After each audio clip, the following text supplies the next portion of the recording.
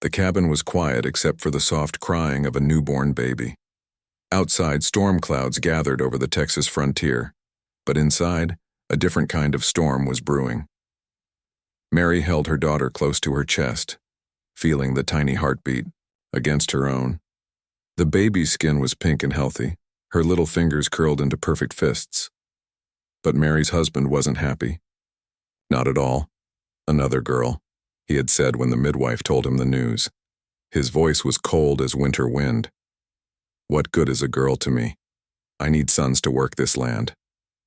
The midwife, an old woman named Mrs. Henderson, had tried to calm him down. She's a beautiful baby, Mr. Johnson, healthy and strong.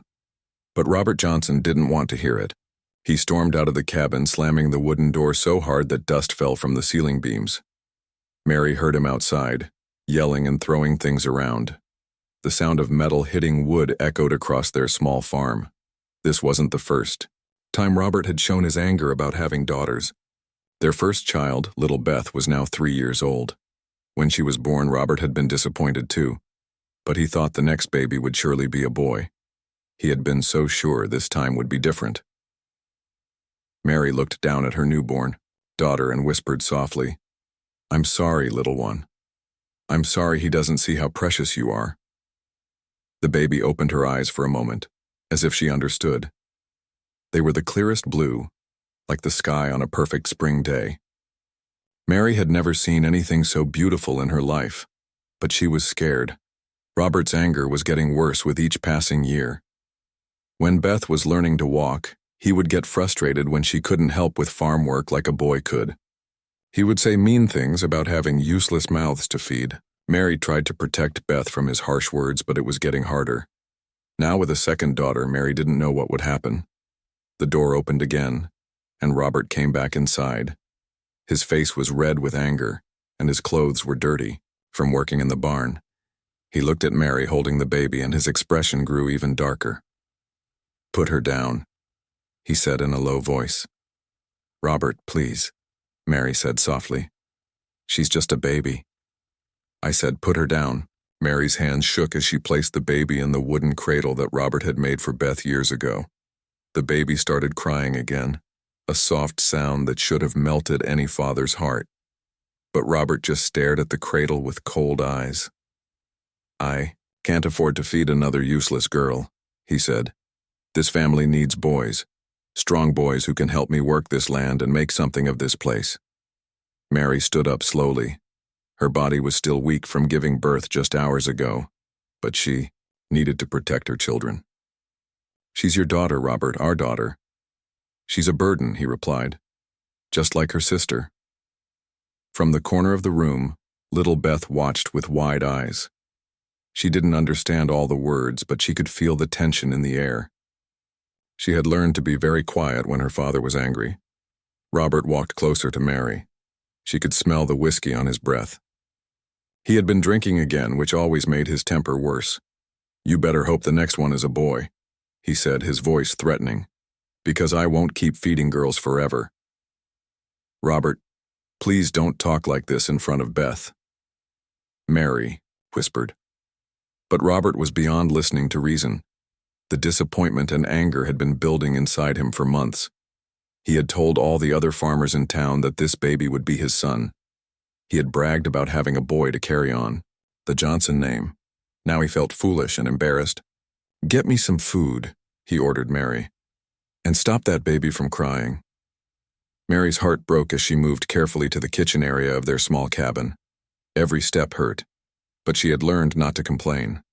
She heated up some leftover stew and cut a piece of bread. Her hands trembled as she worked. The baby kept crying, and Robert's face grew redder with each passing minute. "I said, stop that noise," he shouted. Mary hurried back to the cradle and picked up her daughter. She sat in the old rocking chair and began to nurse the baby. Slowly, the crying stopped, and the cabin became quiet again. But the quiet felt dangerous. Robert ate his food in angry silence. Every now and then he would look over at Mary and the baby with disgust. It was clear that he blamed Mary for not giving him the son he wanted. Outside, the storm that had been threatening finally arrived. Rain began hitting the roof of their cabin and wind whistled through the small gaps in the walls. It was going to be a long, cold night. Little Beth crawled over to her mother's chair and leaned against her leg. Mary reached down with one hand and gently stroked her older daughter's hair. Both of her girls deserved so much better than this. "What are you going to name her?" Mrs. Henderson had asked before she left. Mary hadn't answered then because she knew Robert would want to choose the name. But now, looking down at her peaceful daughter, she whispered, "Grace. Your name is Grace."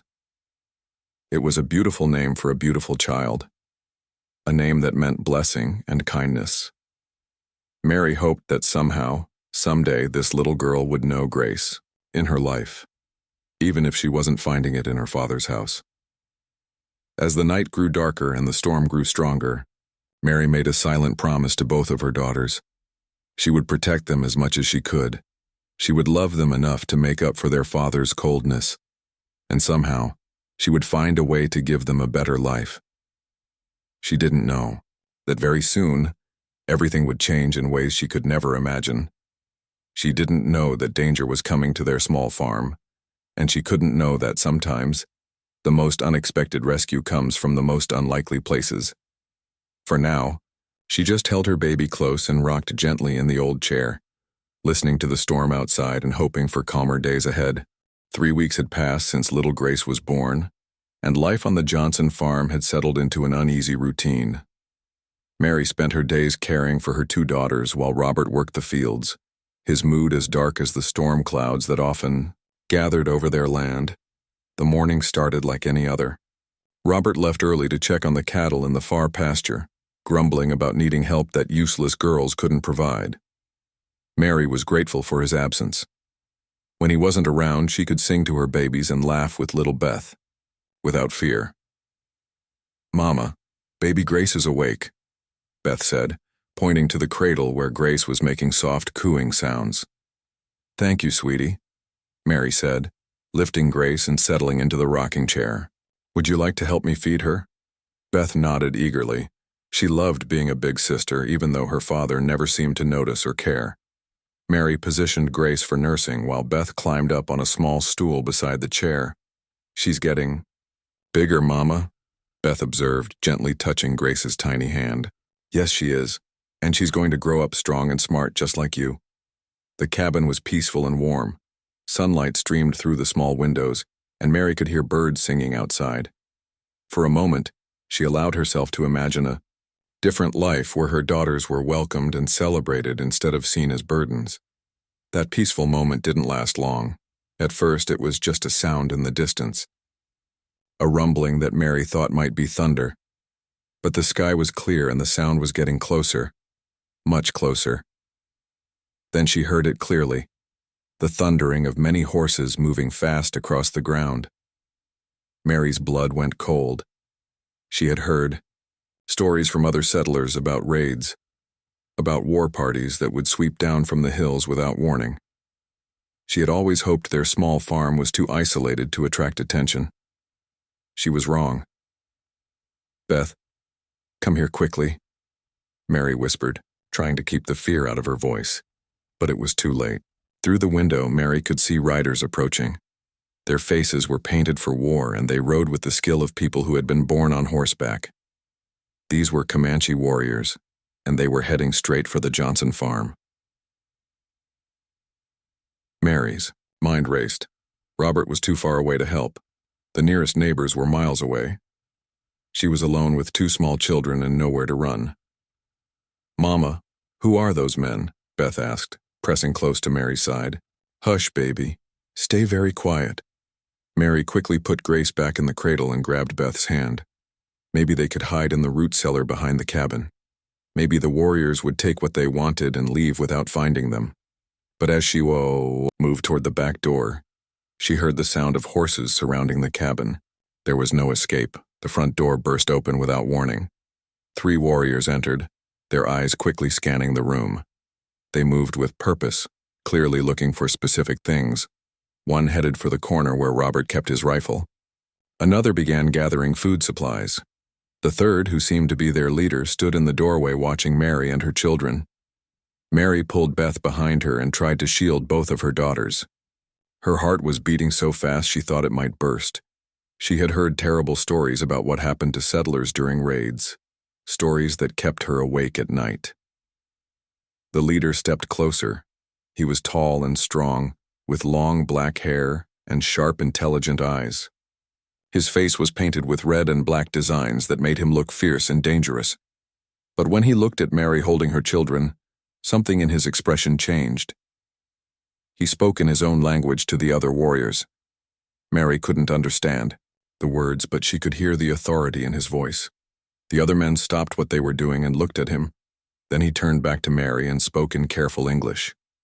"You have baby," he said, pointing to Grace in the cradle. Mary nodded, too frightened to speak. The warrior moved closer to the cradle and looked down at Grace. The baby was awake but not crying, as if she somehow understood the danger. Her clear, blue eyes looked up at the painted face above her without fear. "How old?" the warrior asked.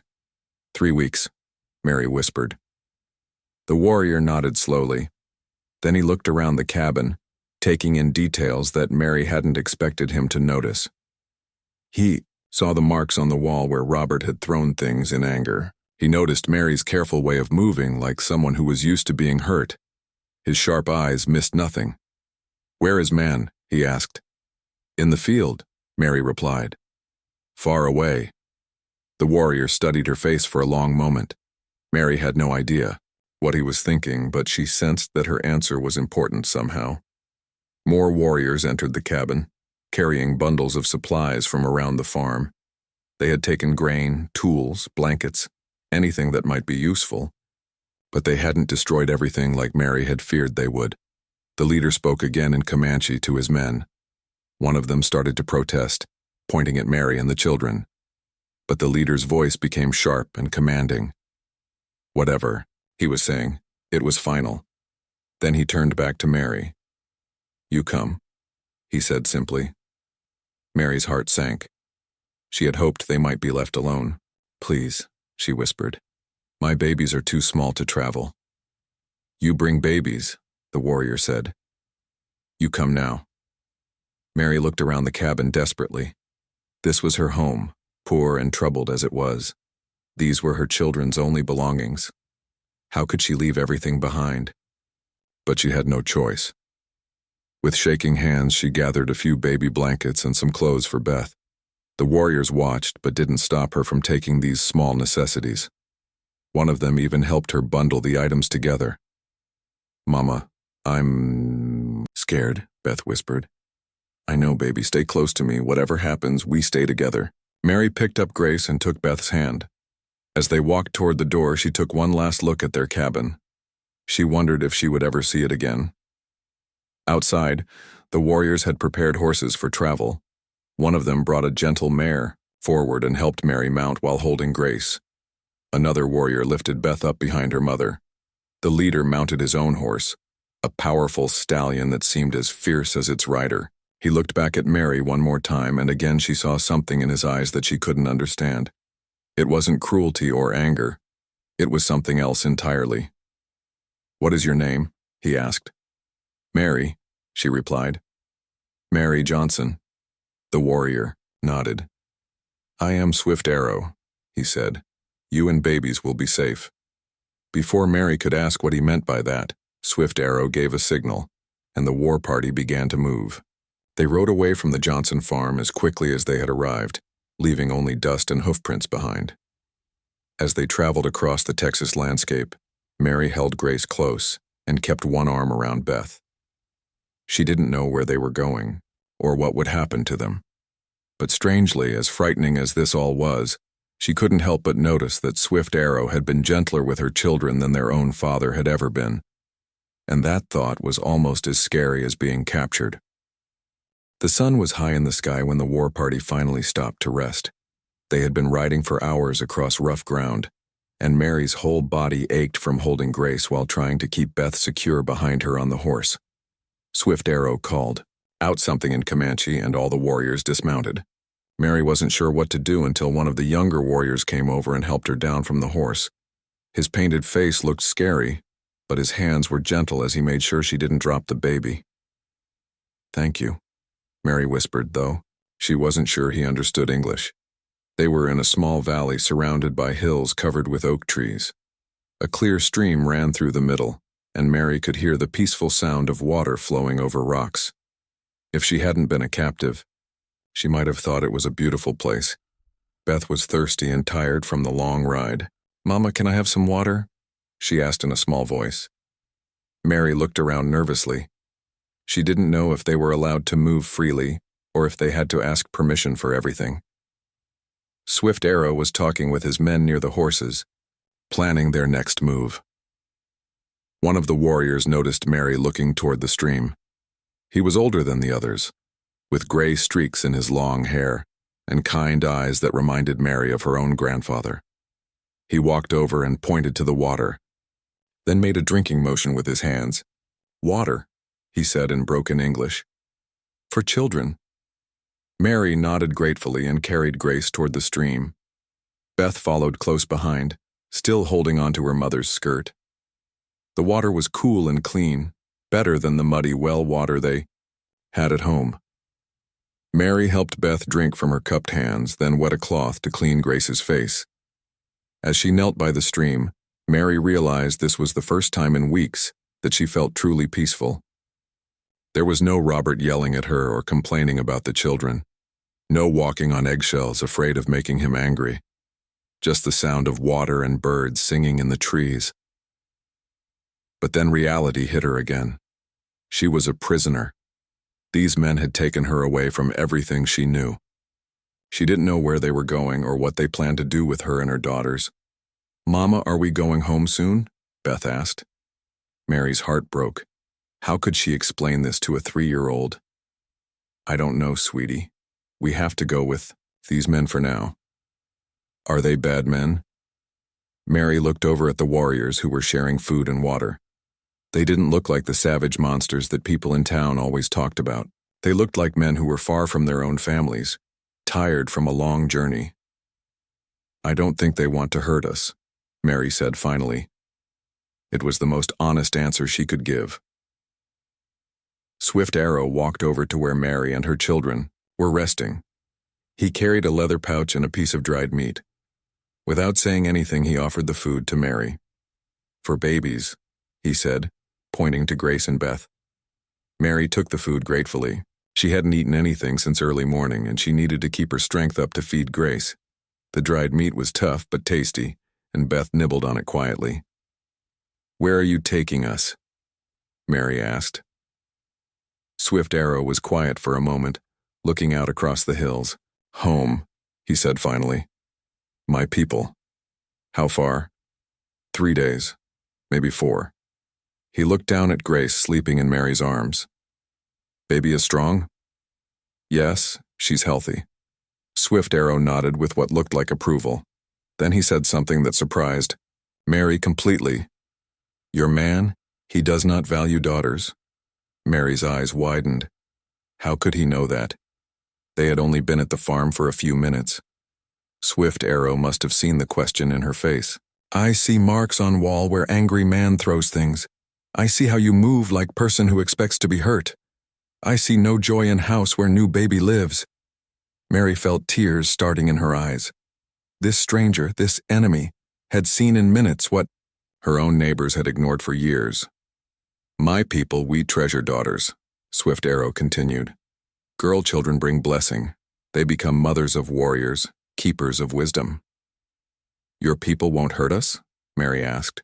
"You are under my protection now," Swift Arrow said. "You and daughters will be safe." Something in his voice made Mary believe him.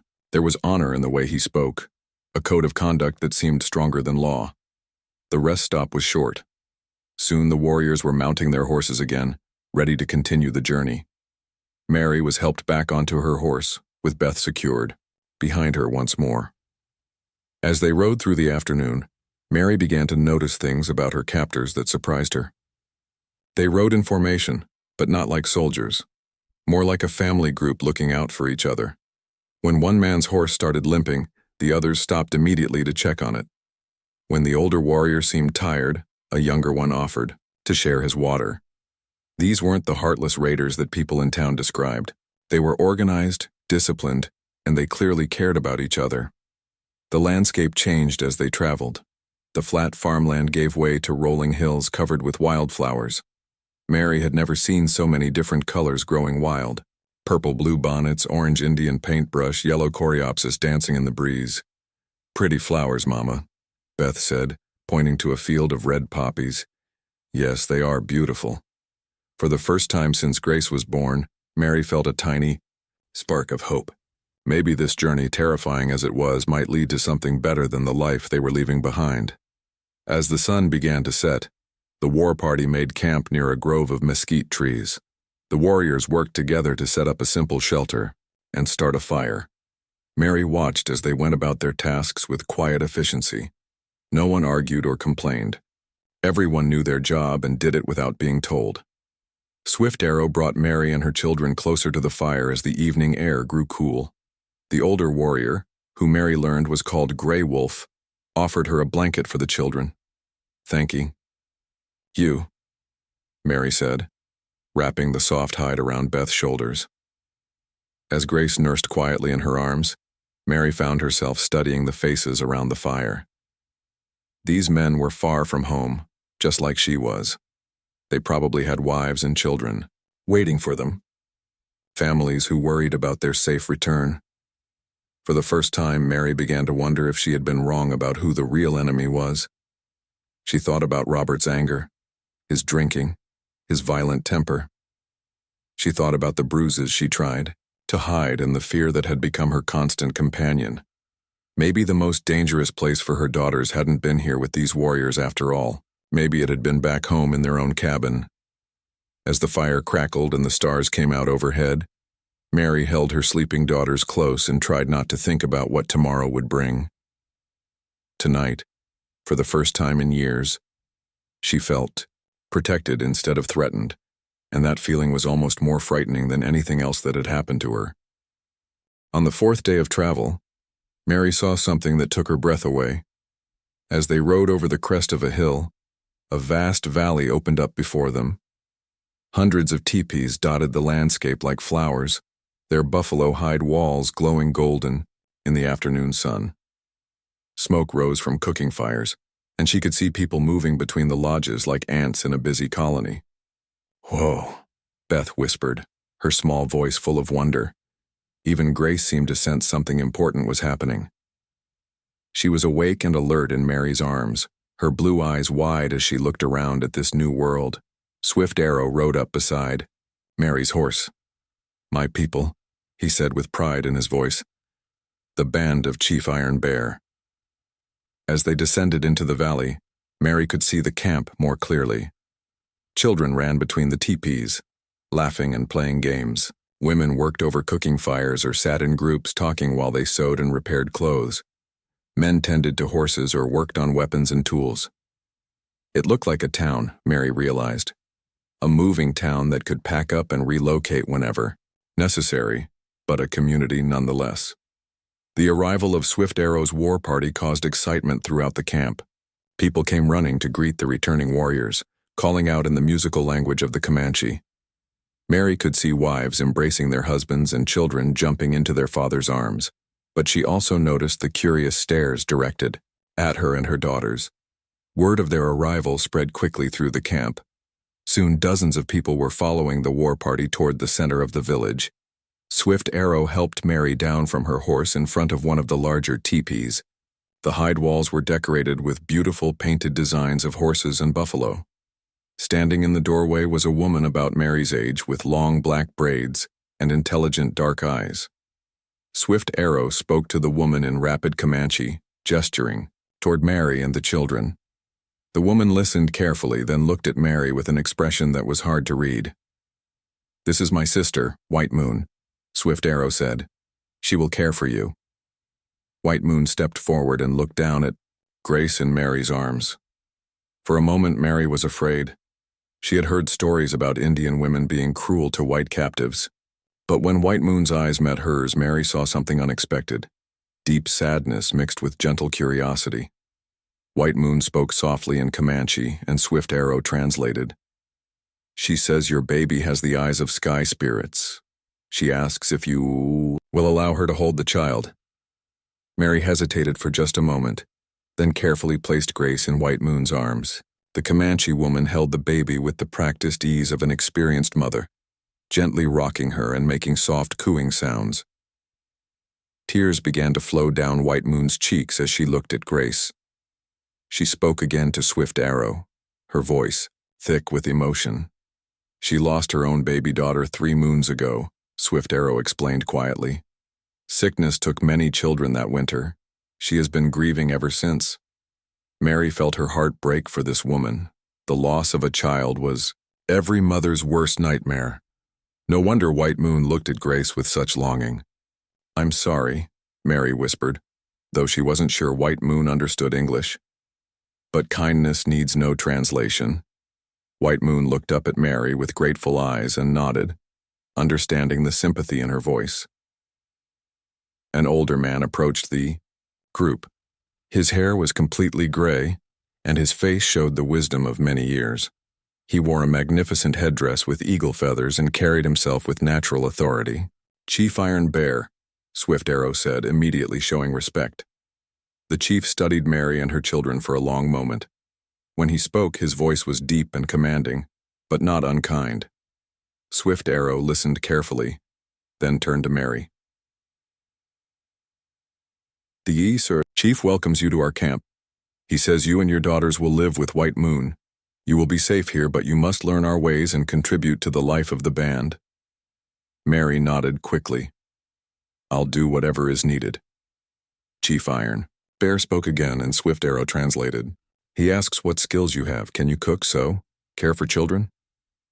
Yes, all of those things. I can also tend to sick people and help with birthing babies. When this was translated, several of the women in the gathering crowd murmured with interest. Medical knowledge was always valuable, especially from someone who might know different healing methods. White Moon handed Grace back to Mary and gestured for her to follow. They walked toward the decorated teepee, with Beth clinging to Mary's skirt and looking around with wide eyes.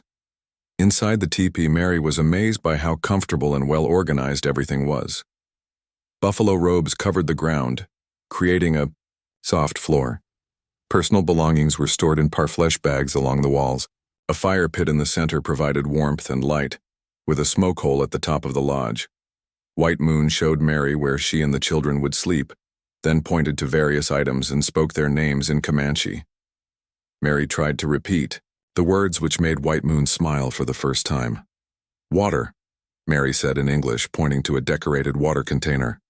Bia, White Moon replied in Comanche. Bia, Mary repeated carefully. Good, White Moon said in broken English, surprising Mary. Apparently, she understood more English than she had let on. Over the next few hours, Mary began to learn about life in the Comanche camp. White Moon showed her how to tend the fire, where to get water, and how to prepare food.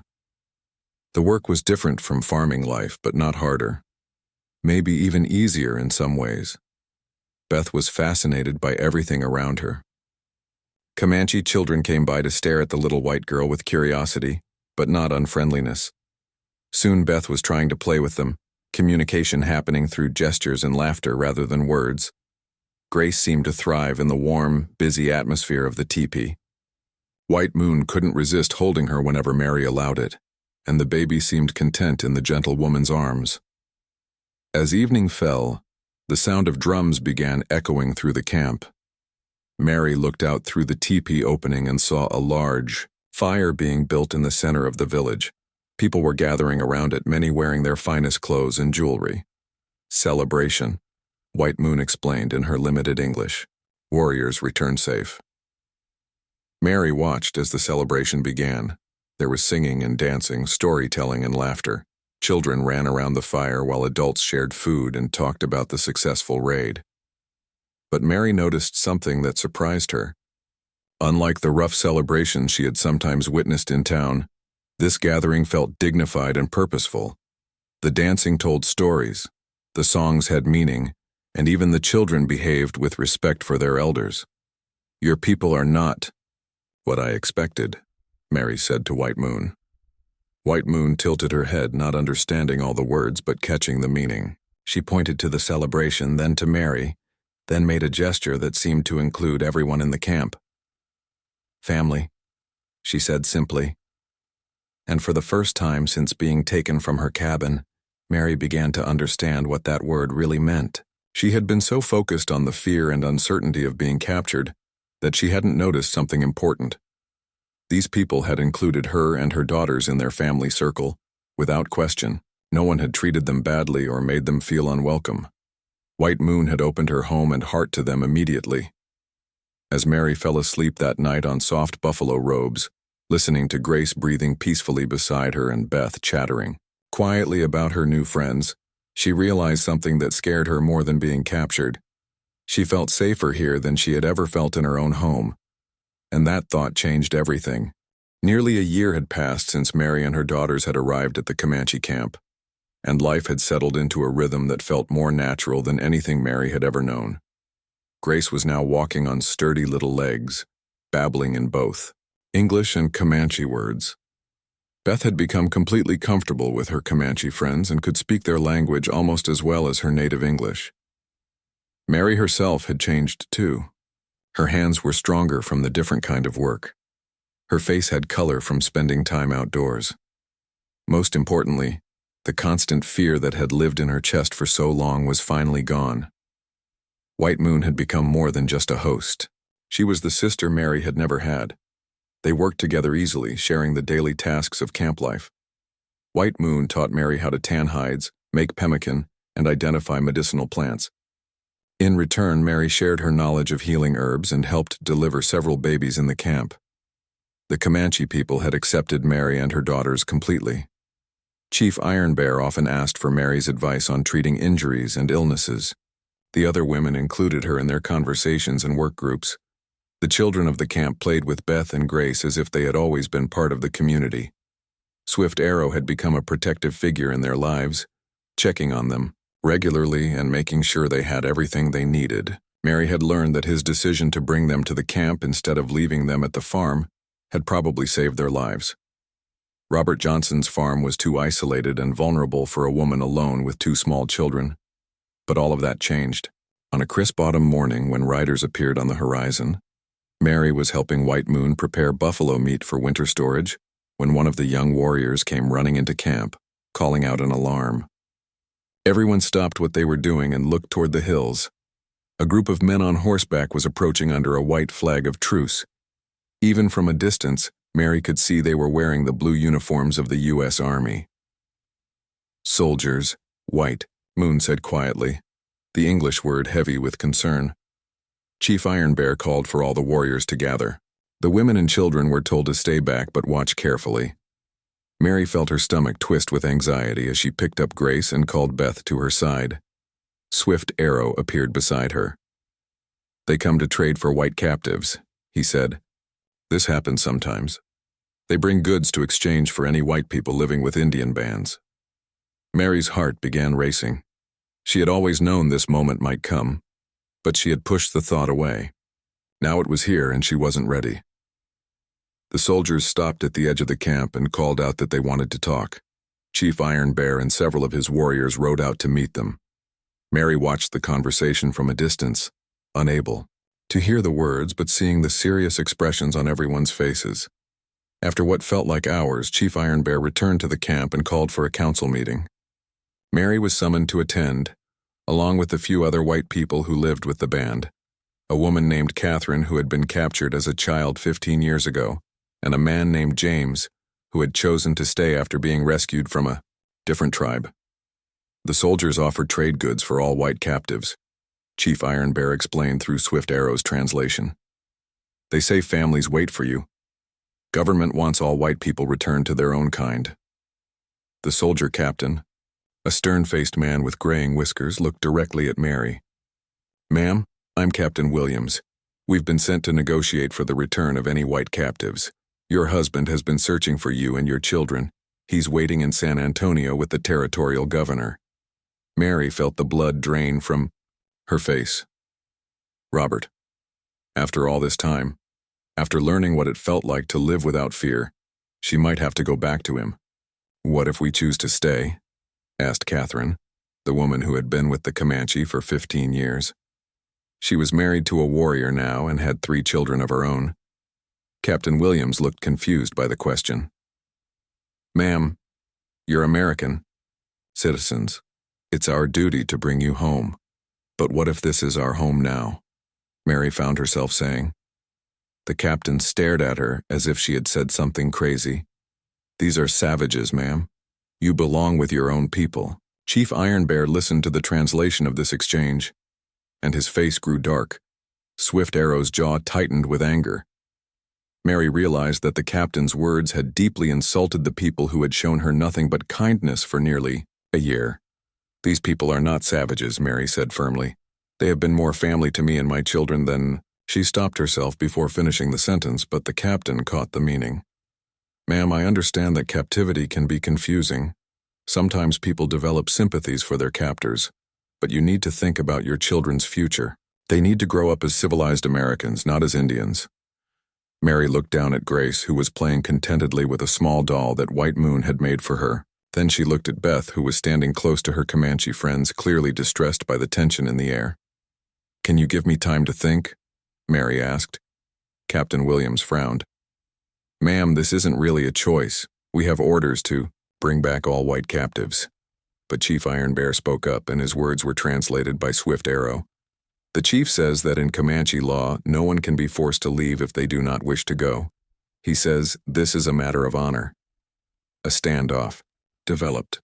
The soldiers couldn't simply take people who didn't want to leave without starting a fight they weren't prepared for. And the Comanche wouldn't hand over people who had become part of their community. Finally, Captain Williams agreed to give Mary 3 days to make her decision. "But understand, ma'am, if you don't come with us now, there may not be another chance, and your husband will not give up looking for you." That night, Mary sat by the fire in White Moon's teepee, holding Grace while Beth slept peacefully nearby. White Moon sat beside her, both women lost in thought. "What will you do?" White Moon asked in her careful English. Mary was quiet for a long time. She thought about the life waiting for her back in the white world. Robert's anger and disappointment, the constant fear, the isolation of the frontier farm, the way her daughters would be seen as burdens instead of blessings. Then she thought about the life she had found here, the respect she had earned as a healer, the way Grace laughed when the other children played with her, the way Beth had flourished in a community that valued all its children, the safety of sleeping without fear. "I don't want to go back," Mary whispered. White Moon reached over and squeezed her hand. "Then don't." "But they're soldiers. They represent the government." "This is Comanche land," White Moon said firmly. "Here, you choose your own path." Swift Arrow appeared at the teepee entrance. "May I speak with you?" he asked Mary. Mary nodded, and he sat down across from the fire. "I want you to know why I brought you here that day," he said. "I saw how your husband treated you. I saw the fear in your eyes. I knew that if we left you there alone with babies, you would not survive long." "I never thanked you properly for saving us," Mary said. Swift Arrow shook his head. "You saved us too. White Moon was dying inside from grief until your babies brought joy back to her heart. You brought healing knowledge that has helped many people. You have given more to us than we gave to you." The soldiers say, "I belong with my own people." "Your people are those who love you and value you," Swift Arrow replied. "Where you belong is where your heart finds peace." Mary looked around the teepee that had become home. She thought about White Moon, who had become the sister she never had. She thought about Chief Iron Bear, who asked for her advice and treated her with respect. She thought about all the people in this camp who had welcomed her daughters as their own. Then she thought about Robert waiting in San Antonio with government officials, expecting to reclaim his property. "If I stay, what happens to my girls when they grow up?" Mary asked. "They will become Comanche women," Swift Arrow said. "They will be treasured as daughters, respected as wives if they choose, honored as mothers. They will never be told they are worthless because they were born female. That night, Mary made her decision. The next morning, she walked out to meet Captain Williams. Behind her, the entire camp had gathered to watch. Beth held tight to her hand, and White Moon carried Grace. "Captain, I appreciate what you're trying to do," Mary said. "But my daughters and I are staying here." "Ma'am, I can't allow that. Your husband has legal rights." "My husband lost his rights when he chose violence over love," Mary replied. "These people have shown my children more kindness in 1 year than they ever knew in their father's house." Captain Williams looked frustrated and confused. "You're making a mistake, ma'am. You'll regret this." Mary looked back at the community that had become her family, at White Moon, who was crying tears of joy, at Swift Arrow, who nodded with respect, at Chief Iron Bear, who had offered her protection and freedom. "No," Mary said firmly. "The only thing I regret is not finding this life sooner." The soldiers left that afternoon, and Mary never saw them again. She heard later that Robert had raged and threatened, but there was nothing he could do. The Comanche territory was beyond his reach. Years passed. Beth grew up to become a skilled writer and a gifted storyteller, valued by both her white heritage and her Comanche upbringing.